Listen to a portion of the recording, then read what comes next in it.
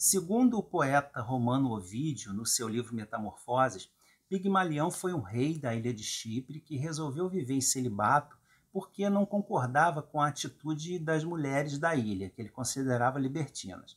Como ele também era escultor, ele criou uma estátua que reproduzia a mulher ideal e acabou se apaixonando por ela. A deusa Afrodite, com pena dele e atendendo a um pedido que ele tinha feito em oração, transformou a estátua numa mulher de carne e osso e o Pigmalião acabou se casando com ela.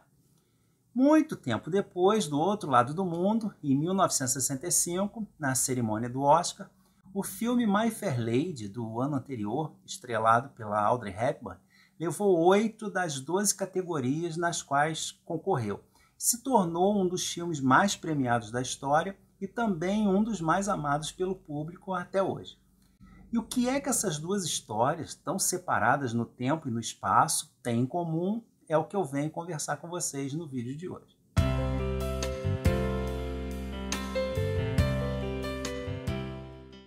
Olá a todos, sejam muito bem-vindos a mais um vídeo do Livros e E-Books. Eu sou o Carlos e o livro que eu venho trazer para vocês hoje foi uma leitura bastante atípica para mim, porque eu raramente assisto algum filme antes de ler, e foi o que aconteceu aqui.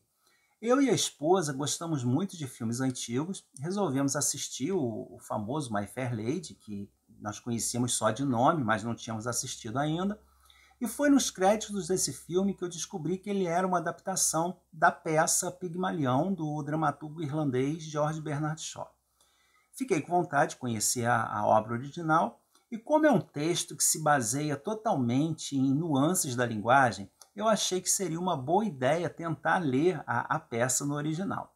Então eu baixei a peça, mas logo percebi que não ia conseguir sem uma tradução, por conta das gírias, dos coloquialismos, das palavras erradas que tem ali no texto. Então eu procurei uma tradução e quando comecei a ler, achei estranhos os nomes, a ambientação, que era no Rio de Janeiro, os nomes também em português, e aí eu percebi que se tratava de uma adaptação, que aliás o tradutor menciona que era um fato comum nas traduções dessa peça para outros países. E isso, apesar de achar interessante, né, essa transposição para o Brasil, não me satisfez essa tradução. A minha próxima tentativa foi com a edição da Príncipes, e foi uma outra frustração, porque mesmo sendo bastante fiel, é uma versão em romance da peça. Então ela tem o texto corrido, né? Não é em forma de peça de teatro. Eu queria conhecer a peça original. A minha última opção, então, foi essa edição de bolso da LPM Pocket, traduzida pelo Milô Fernandes, que finalmente trouxe a tradução literal da peça. E, logicamente, esse é um daqueles textos tão calcados na forma de falar que qualquer tradução vai ter que fazer algumas adaptações, né, para aproximar o texto de uma realidade mais próxima da gente, do leitor. Isso acontece em muitas obras e as traduções delas quase que sempre são criticadas. Só para citar dois exemplos, o Ratos e Homens, do John Steinbeck, que é uma obra excelente, já tem vídeo aqui no canal, e As Aventuras do Tom Sawyer, do Mark Twain, que são duas obras com traduções que são bastante criticadas, porque trazem ali uma linguagem considerada caipira. Na minha opinião, o Milô aqui fez um trabalho excelente. Mas do que se trata essa peça? Ela foi escrita em 1912, encenada pela primeira vez no ano seguinte, e desde o início já se transformou num grande sucesso de público e de crítica. Mas, curiosamente, ela não estreou em Londres, porque o autor já tinha fechado o papel com uma atriz, mas como ela ficou doente, né, teve um problema de saúde, isso acabou atrasando a produção. Então a peça estreou em Viena, na Áustria, depois em Nova York, e só em abril de 1914 é que ela foi apresentada em Londres pela primeira vez. E a peça conta a história da Eliza Doolittle, que é uma mendiga que vende flores nas ruas de Londres, né, em busca de uns trocados.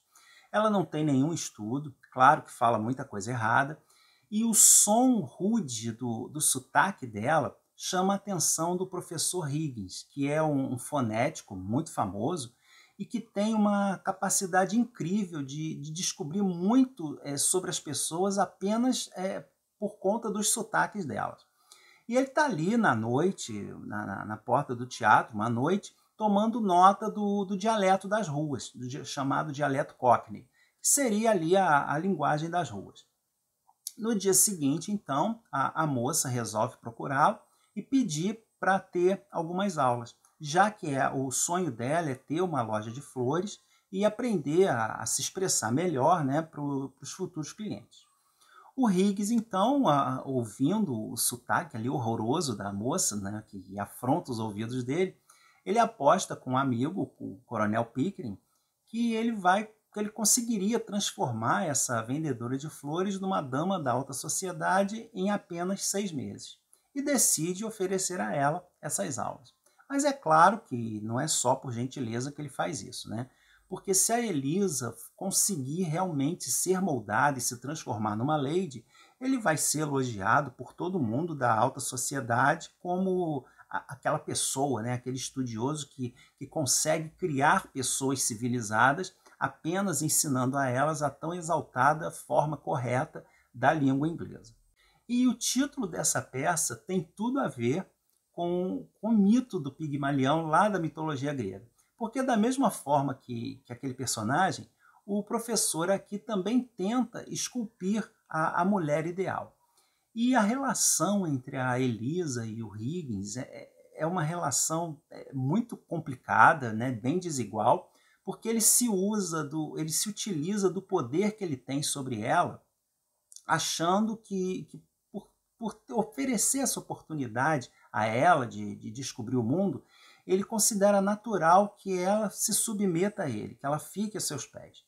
Mas a Elisa é uma mocinha bastante determinada, ela não serve para ser uma escultura, né, para ser admirada e exaltada, ao lado de um professor, né, que gosta de contar vantagens sobre o conhecimento que ele tem de fonética. O Higgins ele é muito arrogante, preconceituoso, é um personagem intragável. Só que a Elisa também não fica atrás. Ela tem uma personalidade muito forte, não tem papas na língua. Então, nesse trajeto até a transformação dela, essas duas personalidades muito fortes do professor e da Elisa vão entrar em conflito várias vezes, gerando aí muitas confusões e situações bastante cômicas. Por conta das adaptações dessa peça, especialmente do filme, muita gente, inclusive eu, acha que é apenas uma história bobinha, uma história romântica, mas apesar dessa aparência de história bobinha, é claro que o Shaw quis mostrar aqui muito mais do que uma simples história de amor. Afinal de contas, ele não ganhou o Nobel de Literatura à toa. Então a peça tem diálogos bastante afiados, divertidos, e ele vai trazer para a gente alguns temas bem importantes para a reflexão, principalmente sobre as diferenças e o preconceito entre as classes sociais.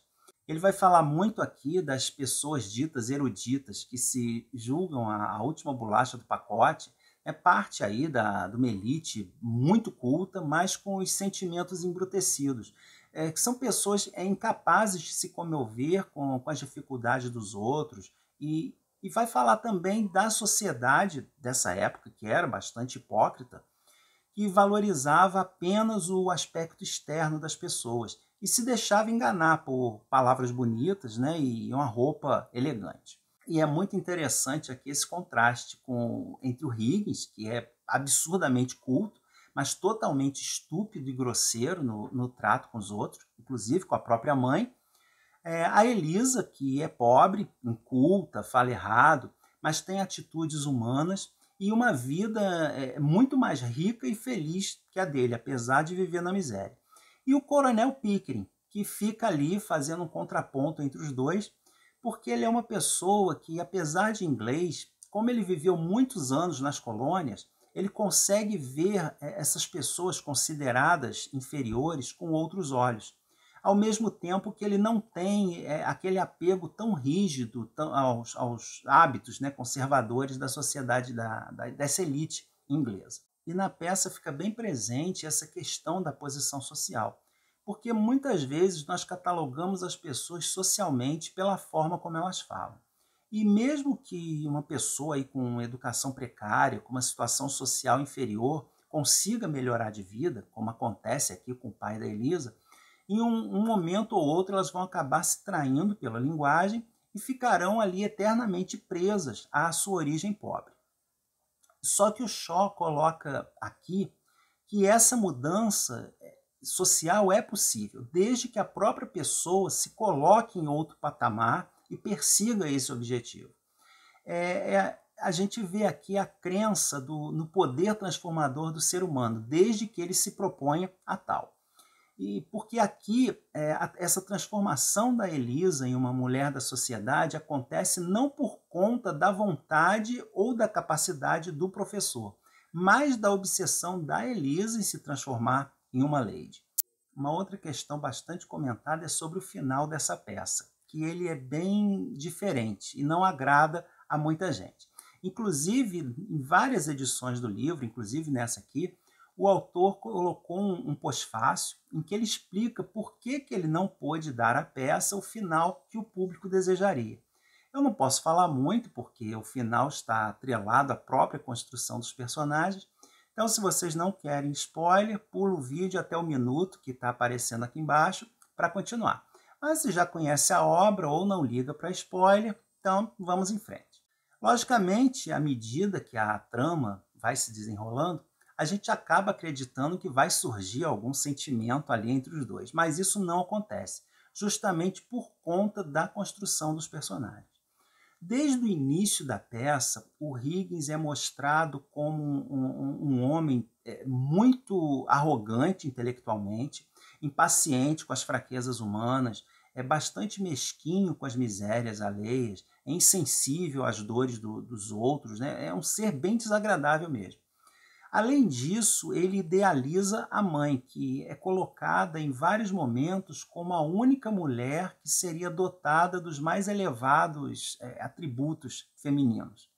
Isso tudo transforma o Higgins numa pessoa totalmente avessa ao amor, né? Ele é um solteirão convicto.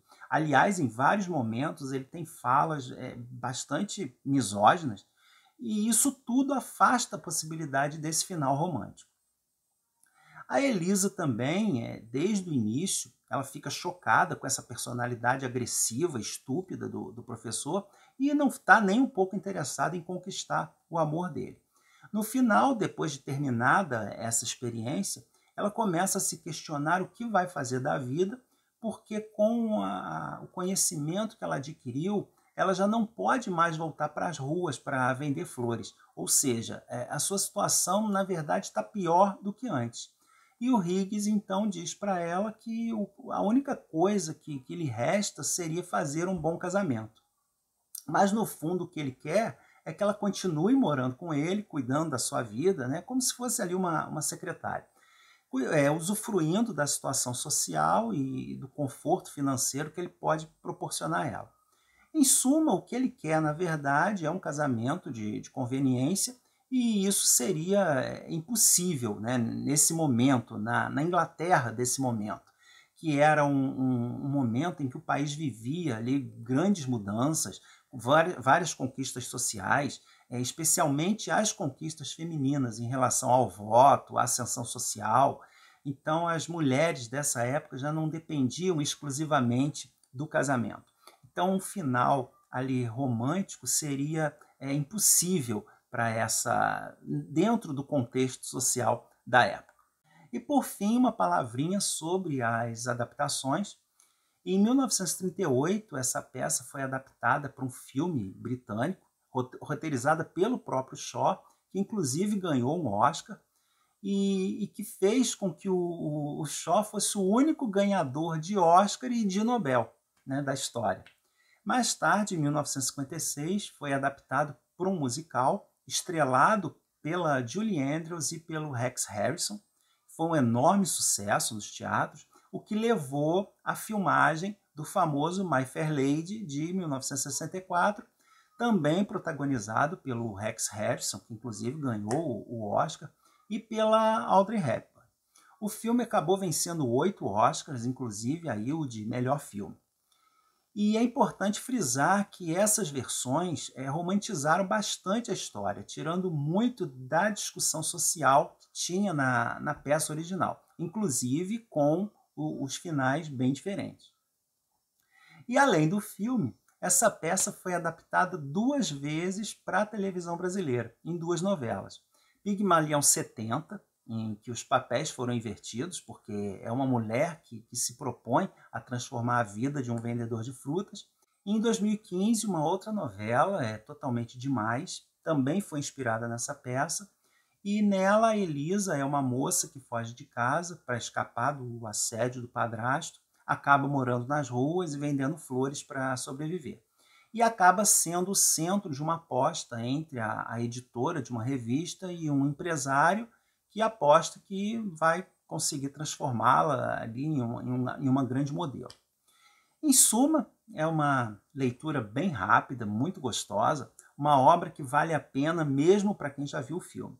Para quem não gosta de leitura de peças, eu indico a edição da Príncipes, que traz a história em forma de romance, mas é uma adaptação bem fiel à história original. Na caixa de descrição vão estar os links para a compra de todas as edições disponíveis, e comprando qualquer produto através desses links, a minha comissão será repassada para o projeto Fraternidade Sem Fronteiras. Você não paga nada mais pela sua compra e ainda ajuda essa associação, que faz um trabalho muito importante de promoção social.